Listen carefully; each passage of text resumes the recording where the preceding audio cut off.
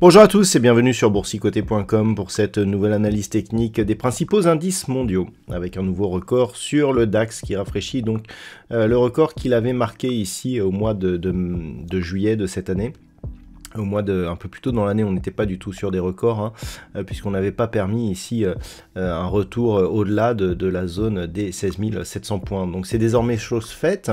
On est sur une progression haussière avec donc de nouveaux plus hauts, de nouveaux records tous les jours. C'est le cas aujourd'hui avec un DAX donc qui est forcément dans une dynamique haussière. On surveillera ce qui se passe éventuellement sur cette zone ici, des 16 500. C'est une zone donc qui a été franchie sur un gap initial, le gap a été comblé.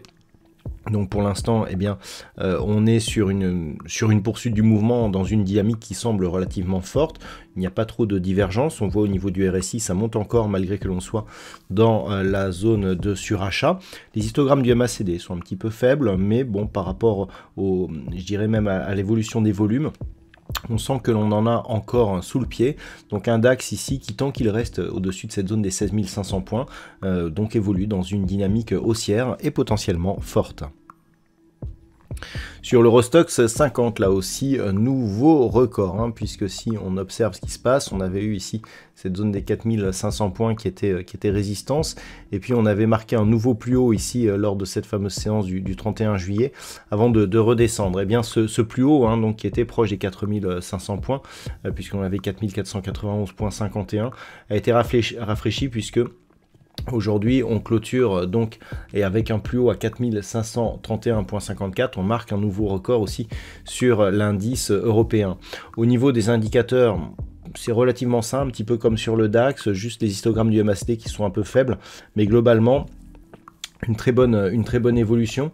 Donc on surveillera éventuellement un éventuel retour sur la zone des 4410 points, mais tant que l'on est au-dessus de cette zone, là aussi c'est fortement haussier sur l'indice des valeurs européennes. Sur les indices américains, les choses sont un peu différentes puisqu'on arrive bien ici à tester cette zone des 4606 points, zone majeure, mais ce n'est pas un record, il faut remonter un peu plus loin. Nous étions ici en janvier 2022 pour trouver les plus hauts historiques donc du S&P 500. Donc pour l'instant, on en est encore relativement éloigné. Toujours est-il que l'on reste sur une dynamique haussière. On a du mal à franchir cette zone ici, mais un passage nous permettrait justement de viser un retour sur les plus hauts historiques de l'indice élargi des valeurs américaines. Pour l'instant, donc on est toujours sur une dynamique qui est haussière, malgré quelques divergences. On le voit ici au niveau du RSI, on le voit ici au niveau des histogrammes du MACD. Petit signal donc de fragilité. Bon, globalement, tant que l'on reste ici au-dessus de cette zone des 4445 points, ça reste haussier. Ce n'est que sur cassure de cette zone que l'on aurait un signal de retournement. Mais actuellement, ce n'est pas le cas. Donc, on reste ici attentif à une évolution qui nous referait passer ici sous la moyenne mobile 20 exponentielle. Malgré les signaux d'affaiblissement, on reste sur une tendance haussière sur le S&P 500.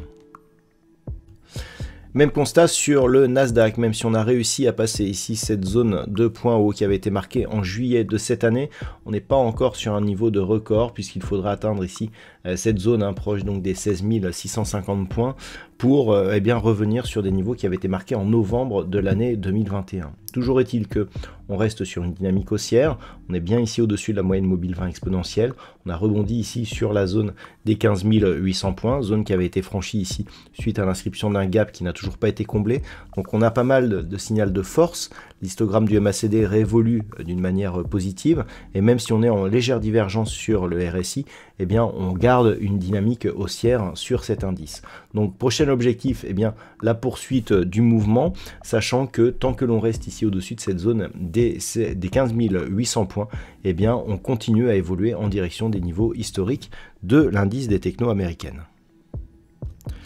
Et enfin au niveau du Nikkei, on reste ici dans une zone d'évolution totalement neutralisée. Nous sommes rentrés dans cette zone en mai de cette année, hein, suite à une forte phase de hausse ici, et depuis eh bien, on reste dans ce range, donc un range qui se situe entre 33 700 grossièrement et 30 750, 33 750, 30 750, donc on est dans 3000 points, un range de 10% environ.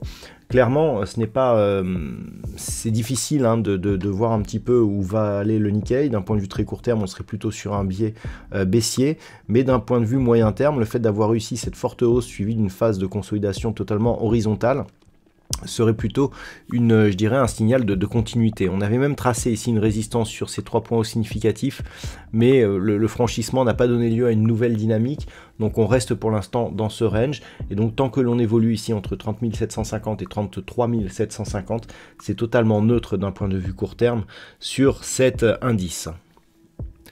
Voilà donc ce que l'on peut dire sur l'analyse technique de ces principaux indices mondiaux. Je vous souhaite de passer un bon week-end. On se retrouve dès la semaine prochaine pour d'autres analyses techniques, toujours sur le site boursicoté.com.